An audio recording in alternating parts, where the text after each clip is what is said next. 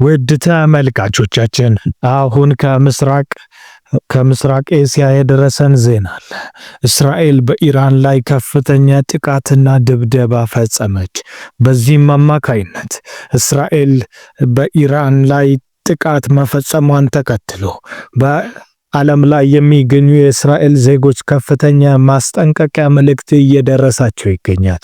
በአሁኑ ሰዓት በዓለም በሁለት ተከፍላለች። ኢራን በእስራኤል ላይ ድብደባ ከፈጸመች በኋላ ኢራኖች ደግሞ በአጸፋው ኒኩለር ቦምብ ሊተኩሱ ይችላሉ እየተባለ ይገኛል። የኒኩለር ቦምብ ኢራን በአሁኑ ሰዓት የታጠቀችም ባይሆን ነገር ግን ኒኩለር ቦምብ ልታዘንብባት ትችላለች እያሉ ተንታኞች እየተነተኑ ይገኛሉ። ኒኩለር ቦምብ እንደሚታወቀው ኢራናውያን በአሁኑ ሰዓት የዩራኒየም ሌቭላቸው ከ60% በመብለጡ የተነሳ ኒኩለርን የማምረት አቅም አላቸው ብለው የዓለም አቀፍ የአቶሚክ ኤጀንሲ ማስታወቁን ተከትሎ ነው። ይህን ተከትሎ ዓለም ላይ ተአምር የሚመስል ነገሮች እየተከሰቱ ነው። በአሁኑ ሰዓት የኢራን ከፍተኛ የጦር ሰፈር እንግዲህ በእስራኤል ለመደብደቡ ምክንያት የሆነው የአሜሪካው ሲአይኤ ሞሳድ ተቀነባብሮ በአንድ ላይ ሆነው ነው ይባልለታል። ውድ ተመልካቾቻችን በዚህ ዙሪያ የምናገኘውን ተጨማሪ መረጃ የምንዘግባችሁ ይሆናል። ሶስተኛው የዓለም ጦርነት አፋፍ ላይ ደርሰናል። ኢራን እውነትም የኒኩለር ቦምብ የምትታጠቅ ከሆነ በአሁኑ ሰዓት ይሄ ኒኩለር ቦምብ በእስራኤል ላይ ይፈነዳል ተብሎ ይጠበቃል። እስራኤል እንደምትታወቀው በግዛቲቱ አነስተኛ ብትሆንም ኒኩለር ቦምብ እንዳላት በድብቅ ይወራለታል። ይህም የተጋለጠው የአልጀዚራው ዘጋቢ ሲዘግብ መሃዲ ሐሰን ከእስራኤሉ አምባሳደር ጋር ባነገው ንግግር ላይ እስራኤል የኒኩለር አላት ብሎ ሲጠይቀው የእስራኤሉ አምባሳደር ሲመልስ የኒኩለር ቦምብ እኛ የለንም ብሎ መልሶለታል። ነገር ግን መሃዲ ሐሰን እውነቱን ንገረኝ፣ እናንተ ኒኩለር ቦምብ አላችሁ ወይስ የለብንም ብሎ ሲጠይቀው በአጸፋው የእስራኤል አምባሳደር በብስጭት ሚስጥሮችን ማውጣቱን መዘገባቸው ይታወሳል።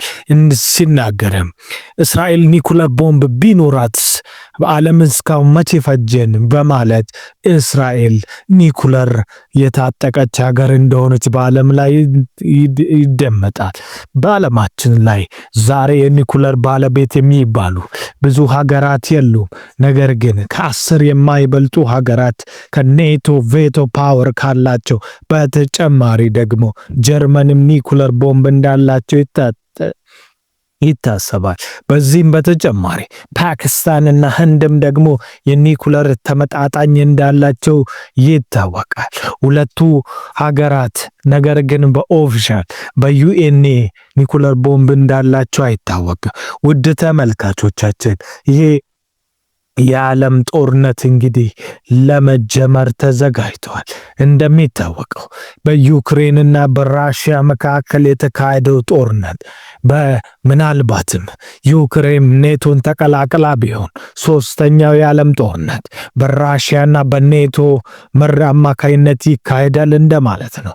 በዚህ አማካይነት የራሽያን ድሮኖች በኔቶ ሀገራት ላይ ባልቲክ ስቴት በሚባሉ በአውሮፓ ውስጥ በጆርጂያ፣ በስዊድን፣ በፊንላንድ ይበራሉ ተብሎ ይታሰባል። እንግዲህ የጦር አውሮፕላኖች ሁሉ በኔቶና ራሽያ የመጣላት እድላቸው ከፍተኛ ነው ተብሎለታል። ነገር ግን ይሄ ከመሆኑ በፊት ራሽያ ዩክሬንን በመደብደብ የራሷን ወደ ራሷ የመውሰድ ፍላጎቷ ገታለች። ውድ ተመልካቾቻችን ተጨማሪ ዜና ሲኖሩን በዚህ ጉዳይ ላይ የምንዘግብላችሁ ይሆናል።